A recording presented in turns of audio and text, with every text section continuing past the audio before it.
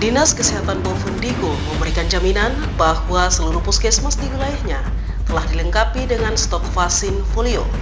Hal ini disampaikan oleh Kepala Dinas Kesehatan Dr. Meli Manopo. Ketua Panitia Hari Raya Idul Adha 1445 Hijriah mengungkapkan bahwa pelaksanaan sholat Idul Adha tahun ini akan dilaksanakan di Masjid At-Taqwa kilometer 3. Halo, selamat pagi Bapak Mama dan Pak Saudara semua. Itulah dua topik berita pagi ini yang akan kami sajikan bersama berita lainnya. Edisi hari ini Senin 17 Juni 2024. Bersama saya Romana Agnesia Barmase, inilah info di selengkapnya.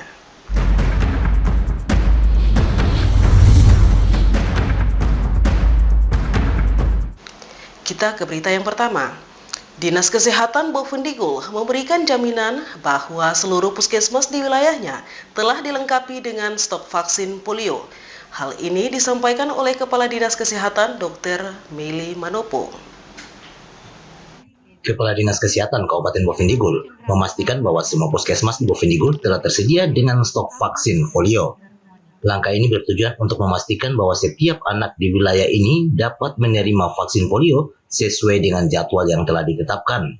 Selain itu juga, hal ini sebagai langkah preventif dalam upaya meningkatkan cakupan vaksinasi di tengah masyarakat. Saat melaksanakan dialog Cafe Morning di Dinas Komunikasi dan Informatika, Kepala Dinas Kesehatan Kabupaten Bovendigul, Dr. Meli Manopo menegaskan bahwa pihaknya pastikan setiap puskesmas di wilayah Bovendigul telah tersedia stok vaksin polio. Dan saat ini juga seluruh puskesmas sedang gencar melakukan vaksinasi kepada anak usia sasaran 0 sampai 7 tahun. Bagaimana untuk persebaran untuk vaksin polio itu? Iya, kalau bicara vaksin, semua puskesmas sudah kami supply untuk vaksin-vaksin ini, dan puskesmas tinggal melakukan program-program seperti yang sudah dibilang tadi. Di luar dari program posyandu, tetap harus dilakukan sweeping untuk pemberian subpin polio. Tapi untuk vaksin semua sudah tersebar di 20 puskesmas dan vaksin memang tersedia. Kalau untuk puskesmas yang biasanya jangkauannya agak sulit, kalau selama ini saya sudah pernah ke beberapa distrik, salah satunya Ambatwi, di situ rintangan memang cukup besar untuk menuju beberapa kampung. Bagaimana terkait ini untuk keoptimisan dari Dinas Kesehatan Bovendigul dalam menjangkau hingga pelosok ini untuk vaksinasi polio ini? Iya, kami tetap optimis. Kami tetap berprinsip bahwa kita akan mengejar anak-anak yang ada di kampung-kampung. Tetapi ketika kita lakukan pemetaan, sebagian besar anak-anak khususnya yang ada di Ambatwi itu sebagian besar ada di lokasi ada di Tanah Merah. Sehingga kita mengejar mereka yang ada di Tanah Merah, dan itu sudah dilakukan sweeping. Kita kerjasama dengan Kepala Puskesmas Ambatwi, kita cari petugas yang ada di Tanah Merah, kemudian kita lakukan sweeping. Mereka ada di terkonsentrasi di wilayah di mana di Tanah Merah ini. Di situ kita datangi mereka, lakukan pelayanan di tempat. Untuk yang mereka ada di kampung-kampung sana, mereka sudah jalan melalui program posyandu mereka yang sudah mereka lakukan pada awal bulan Maret. Tetapi yang tidak ada di kampung itu yang kita kejar, yang ada di Tanah Merah. Baik, pemirsa Ibu TV. Dr. Meli juga menjelaskan bahwa polio merupakan penyakit serius yang dapat menyebabkan kelumpuhan permanen pada penderitanya. Oleh karena itu, ia berharap agar orang tua tidak mengabaikan pentingnya vaksinasi polio untuk melindungi anak-anak dari resiko tersebut. Vaksinasi dianggap sebagai langkah efektif dalam memerangi penyebaran penyakit polio di masyarakat. Dinas Kesehatan Bovendigul bekerja sama dengan puskesmas siap memberikan pelayanan vaksinasi polio kepada seluruh anak usia 0 hingga 7 tahun demi melindungi kesehatan dan masa depan generasi mendatang. Dr. Meli Manopo juga menghimbau kepada orang tua yang memiliki anak usia 0 hingga 7 tahun untuk memastikan bahwa anak-anak mereka telah menerima vaksin polio sesuai dengan jadwal yang ditetapkan. Pentingnya vaksinasi polio semakin ditekankan mengingat adanya kasus yang telah ditemukan di Kabupaten Asmat, Papua Selatan. Dengan memberikan vaksinasi polio pada anak-anak, kita memberi perlindungan yang kuat agar mereka terhindar dari risiko polio. Penyakit ini sangat serius, oleh karena itu penting untuk tidak mengabaikan vaksinasi ini. Tim Liputan Digul TV, Dedi mengabarkan. Sebagai langkah preventif dalam mencegah penyebaran penyakit menular polio di distrik Subur, Pusat Kesehatan Masyarakat Puskesmas Subur telah melaksanakan program imunisasi massal bagi anak-anak usia 0 sampai 7 tahun. Program imunisasi massal polio yang diselenggarakan oleh Puskesmas Subur ini bertujuan untuk memberikan perlindungan lebih baik terhadap penyakit yang biasa menyebabkan dampak serius pada kesehatan anak-anak. Diketahui bahwa anak-anak merupakan kelompok rentan terhadap polio, sehingga langkah preventif ini dianggap sangat penting.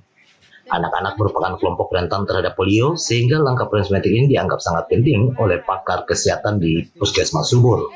Selain pelaksanaan imunisasi, tim medis juga secara aktif melakukan sosialisasi dan edukasi kepada masyarakat tentang pentingnya imunisasi dalam mencegah penyebaran penyakit menular. Kepala Puskesmas Subur, Stanley Ismail Benusu, menyatakan bahwa wilayah kerja Puskesmas Subur mencakup 4 kampung. Pada putaran pertama pelaksanaan imunisasi polio ini, Puskesmas Subur menargetkan sebanyak 300 anak sebagai sasaran imunisasi polio. Terima kasih. Untuk Puskesmas Subur punya wilayah kerja itu ada 4 kampung. Untuk putaran pertama kami sudah jalan 4 kampung. 4 kampung dari total sasaran 4 kampung itu ada 300 sekian. Itu kami sudah jalan 4 kampung.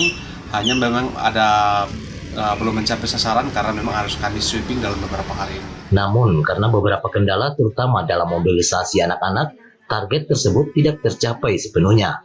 Oleh karena itu, Puskesmas akan melaksanakan sweeping kembali untuk menjangkau sasaran yang belum tercover.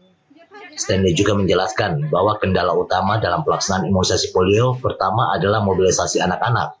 Banyak anak-anak usia 0 sampai 7 tahun yang tidak berada di tempat saat tim medis Puskesmas Subur melaksanakan imunisasi.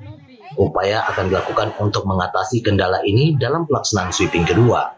Dengan dukungan aktif dari orang tua dan pemerintah setempat, diharapkan program ini dapat memberikan perlindungan yang lebih baik terhadap polio dan penyakit menular lainnya, serta melalui program imunisasi massal ini, penyebaran penyakit polio dapat ditekan.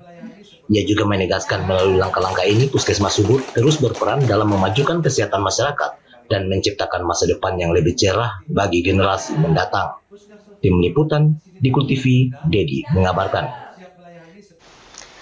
Bapak Mama dan Pak Saudara dong semua, tetaplah bersama kami karena sesaat lagi Info Digul akan kembali.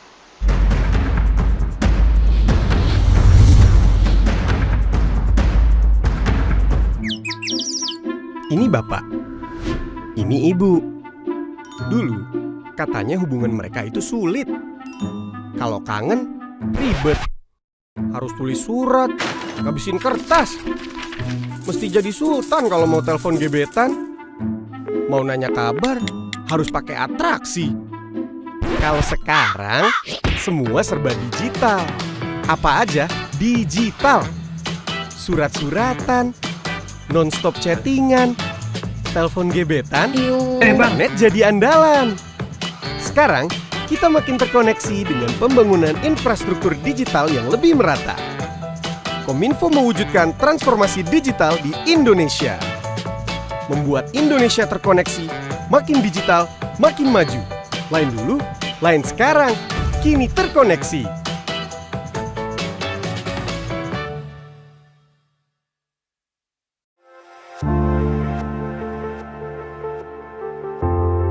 Dunia terasa asing.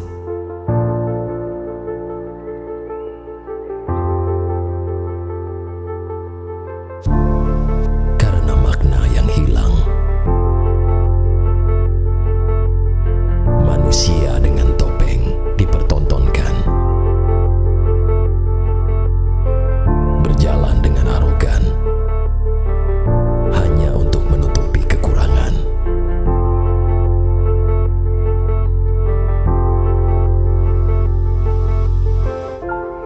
Hilang sudah jati diri sebenarnya.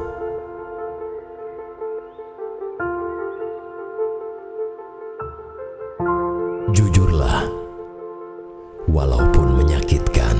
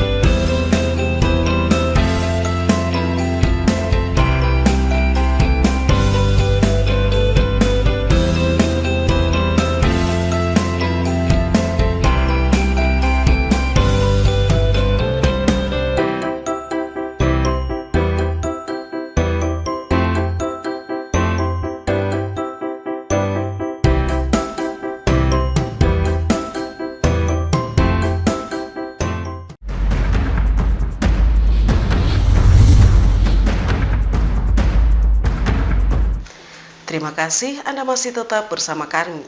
Setelah melewati tahap registrasi akreditasi, Pusat Kesehatan Masyarakat Puskesmas Subur kini tinggal menunggu hasil akreditasi.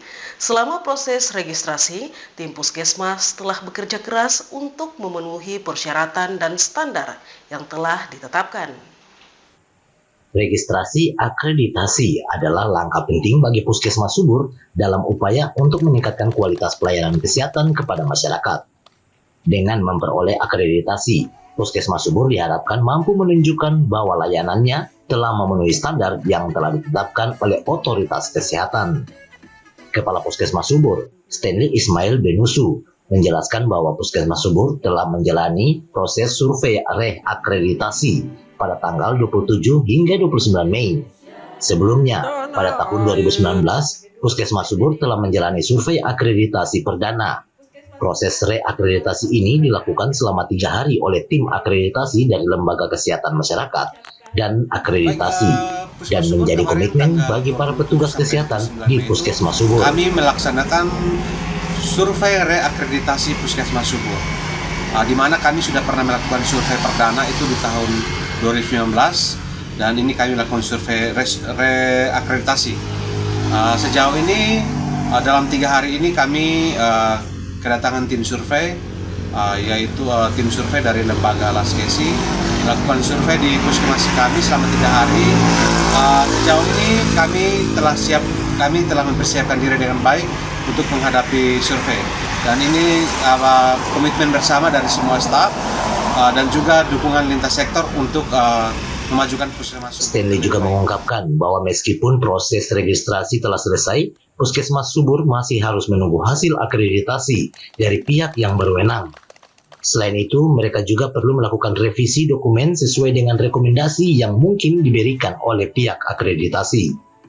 Diharapkannya, hasil akreditasi yang positif akan memberikan dorongan bagi Puskesmas Subur untuk terus meningkatkan mutu pelayanan kesehatan kepada masyarakat. Puskesmas Subur tetap berkomitmen untuk memberikan layanan yang terbaik bagi kesehatan dan kesejahteraan masyarakat distrik Subur. Tim Liputan Digo TV, Dedi mengabarkan. Ketua Panitia Hari Raya Idul Adha 1445 Hijriah mengungkapkan bahwa pelaksanaan sholat Idul Adha tahun ini akan dilaksanakan di Masjid At-Taqwa Kilometer 3. Keputusan pelaksanaan sholat Idul Adha 1445 Hijriah di Masjid At-Taqwa Kilometer 3 ini diambil dengan memperhatikan dan mempertimbangkan berbagai faktor, termasuk kapasitas masjid dan kenyamanan jamaah dalam rangka pelaksanaan sholat Id nantinya. Selain itu juga, pelaksanaan pemilihan tempat ini diharapkan dapat memfasilitasi kebutuhan jamaah dalam menjalankan ibadah dengan hikmat dan aman. Saat ditemui Ketua Panitia Sholat Idul Adha 1445 Hijriah, Iqbal mengatakan bahwa untuk sholat Id tahun ini, jemaah Masjid At-Taqwa Kilometer 3 akan dilaksanakan di Masjid At-Taqwa, di mana para jemaah perempuan akan ditempatkan di lantai 2 dan jemaah laki-laki di lantai 1, serta untuk pemotongan hewan kurban akan dilaksanakan di halaman masjid.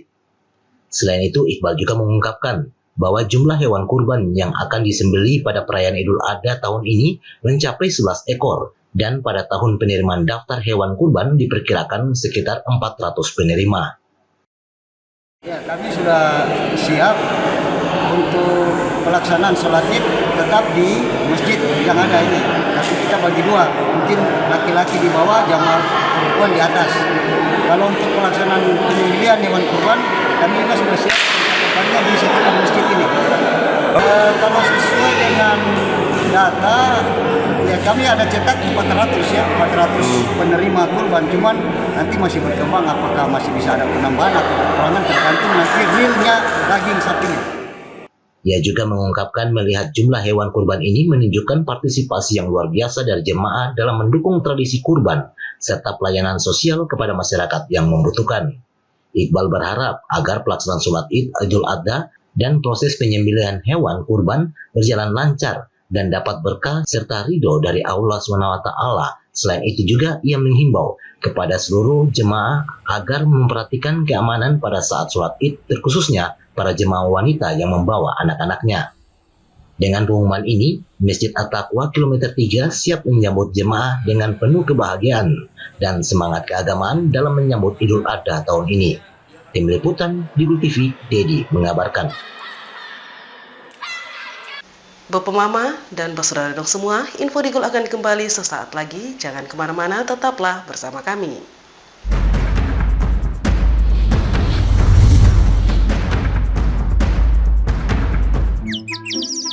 Ini bapak, ini ibu. Dulu, katanya hubungan mereka itu sulit. Kalau kangen, ribet. Harus tulis surat, ngabisin kertas. Mesti jadi sultan kalau mau telepon gebetan.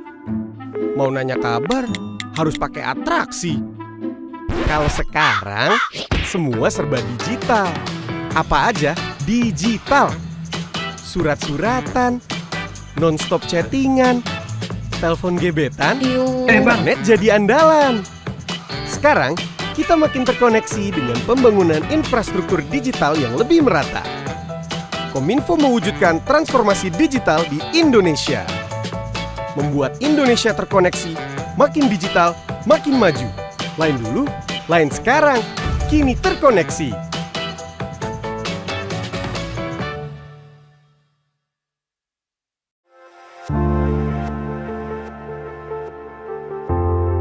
Dunia terasa asing.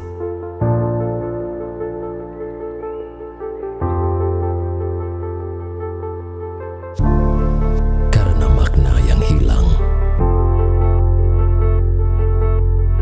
Manusia dengan topeng dipertontonkan. Berjalan dengan arogan. Hanya untuk menutupi kekurangan.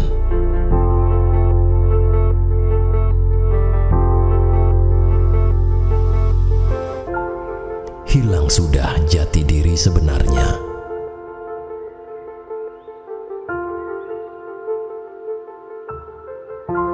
Jujurlah, walaupun menyakitkan.